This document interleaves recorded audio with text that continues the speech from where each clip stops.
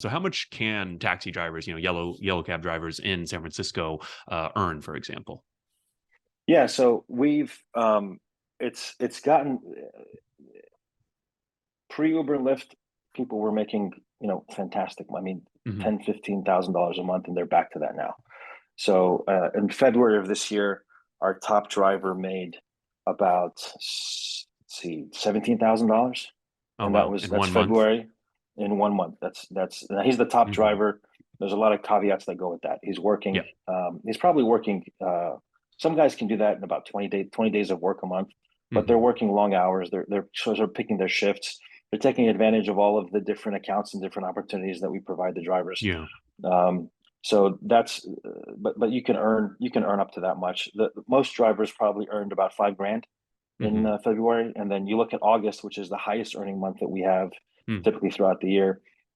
Drivers there are making $20,000 a month, working about 15 to 20 days, and Mm. then most drivers probably made 7 grand that month. So a lot of Wow, variables go into it. for Anybody sure. who drives for Uber and Lyft knows that there's a lot of variables that go into Yeah. where you want to drive, the hours that you put in.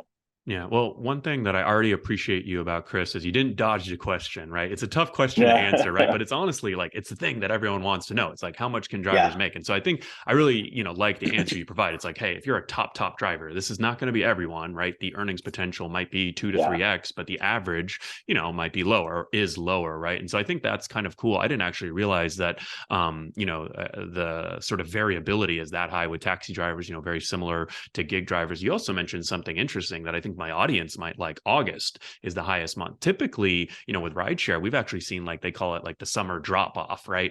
Sure. For whatever reason, maybe there's more people working, less demand, but like with a lot of the rideshare data we've seen, it's usually pretty busy in the winter from Thanksgiving to New Year's. There's a bunch of holidays there. And then in the Hmm. summer, it actually, we call it the summer slowdown for in the driver community. What do you think it is about August that makes taxi driving so appealing and lucrative? Because I think that might be an interesting option for drivers to kind of consider working in the summer too. Yeah, I mean, August is the highest earning month, but generally the summer, like we have a low season and a high season. Hmm. It's flipped compared to the TNC drivers Mm. seasons. But really, summer's busy for us. It kind of starts to pick up in um, April, May, and it goes through September. And the Hmm. summer season is really just people are off. They're visiting San Francisco. There's a lot of tourism.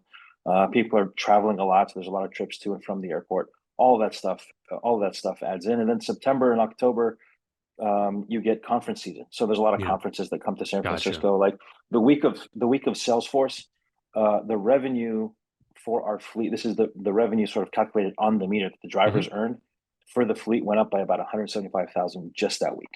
Wow. So and then your slowdown happens in the wintertime with the Mhm. holidays.